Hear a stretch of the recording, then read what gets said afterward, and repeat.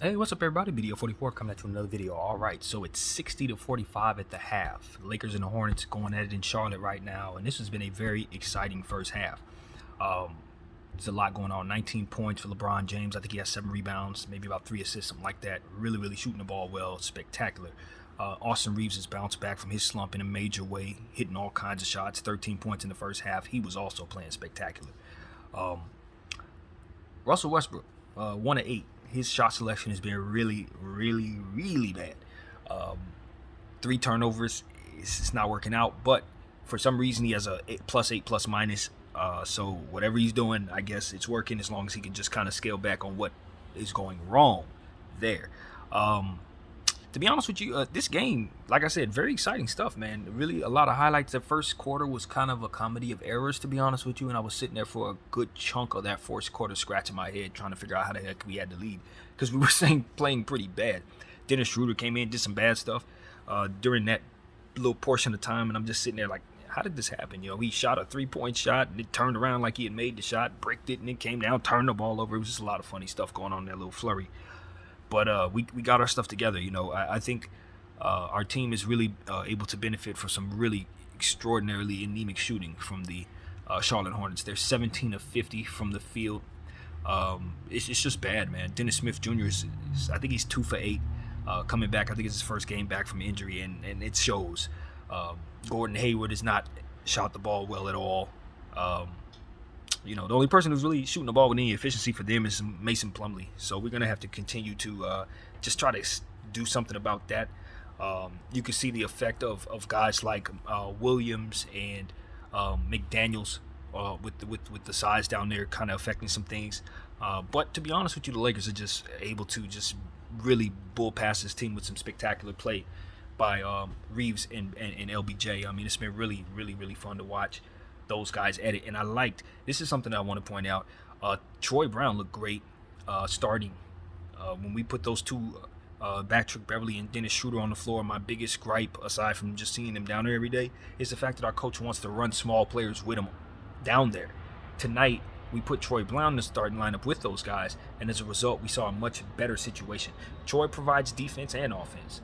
And so what that does is, and length, of course, which is most important. And what that does is it gives you a little more of what can kind of complement the size disadvantage that you have with Dennis Schroeder not being a defensive player and Thomas Bryant not necessarily being a defensive player. Now you can see how he and Patrick Beverly's two-man defensive cohesiveness can kind of help those guys stay on a string defensively and ultimately help us have more size. And we get with Lonnie out there as a 3 in those lineups. So I thought it made all the difference, and it kept us from really ever falling down in this game thus far. Thomas Bryant, excellent. Couldn't do this without him. He's rebounding the ball, scoring the ball with high efficiency as always. I tell you, the man barely misses. I think we could feed him even more. I'm starting to wonder exactly how far up his level goes when you consider the fact that he's not missing. If you keep giving him the ball, I wonder, does he keep going? Like, can this man get into a different space with his ability to continue to put buckets in? Because what we haven't explored is that level. You figure he's played in Washington, and the majority of the time he was in Washington, he had the knee injury, so he wasn't able to really do nothing. This is the healthiest he's been, basically, since he left us. So my question is how good is he? You know what I mean? I'm curious, I don't expect him to give me more than 20 points, but what I'm seeing is a guy who's able to have energy throughout. So what is this? Is energy equals opportunity. And if the efficiency meets those opportunities and you up those opportunities, and obviously the efficiency gets higher and higher and higher, wouldn't one think? Or at least it would maintain, rather. It wouldn't get any worse. You figure he's shooting everything from within the paint, and the shots that he's hitting from outside are falling. So my thing is, up his shot attempts. Let's continue to try to feed him more and see if we can get more out of him. See if this level goes a little higher. Because what I'm seeing is a guy who's probably scoring like 17 a game.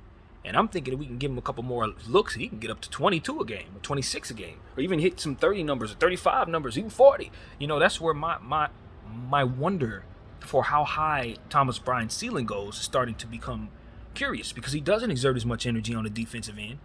So he should have the ability to go crazy, more so than most centers in the league who have more defensive responsibility. So it's like, if he's an offensive center, well, damn, how many points can he score on a regular basis? How far up does this go? And how good can we make this guy by the time AD gets back? If he's playing a higher level than he's supposed to be playing, and AD's down there for the defensive aspect of things, for which he doesn't do, what you end up having is a twin tower effect that can help us match up with teams that we're not even expecting to be able to match up with. And that's the type of thing we can dream about as a Laker team, to say, okay, well, we can start to see something if Thomas Bryant starts to turn into something different. If he steps out of just being a nice starter role player and starts becoming somebody with some upside that can do something really good, then you start dreaming about the team starting to ascend into different levels. So that's what I want to see us continue to do. Try to be, test a guy like Thomas Bryant out. See if he can be comfortable with taking 13 and 14 shots a night. See if we can feed him a little more than we would intend to, since we don't have much else going on anyway. So that's what I want to see. Let's try to feed this guy a little more. And I think we're doing so.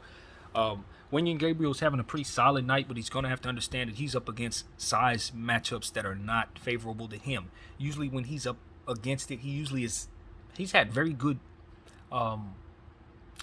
success, I guess you could say, being able to be matched up with the people he's matched up against. He rarely finds himself in situations where guys have too much more of a size advantage than him. And I think it's just by happenstance. Our coach just happens to, luckily enough, find himself in these situations on most nights. But tonight, the players that we're putting on him, they're taller. So he's going to have to, deal with the pressure that they're putting on him. They're keying in on him as we're feeding him the ball, and he's not having as swift of a night as he normally has. So just going to keep an eye open for that. Nothing too serious. But I think the team's playing well, man. I'm really excited about what I'm seeing just from a cohesive standpoint. Players playing well, and despite some bad shooting on both sides with particular players, overall the pace and the style of play is looking good. I know LaMelo Ball's a little upset. I think he got in foul troubles to start the game. He was a little, you can see his energy was not so happy in the corner there at the end of the second quarter. So I expect for him to have a big second quarter. But it just seems to me that the Charlotte Hornets aren't ready to compete tonight. They just can't hit a shot. I mean, that's really what it comes down to. They're just bricking literally everything. It's like I thought they would. Terry Rozier, I think it's like 3 for 10 or something like that. So it's going the way I thought it would in regards to that, the lack of discipline shooting the ball. And hopefully we can just continue to put enough pressure on them on both sides to get this thing over with and end this road trip. So that's what I hope to see, man. Thank you guys for watching BDL 44. I'll have something for you at the end of the game. I'm out.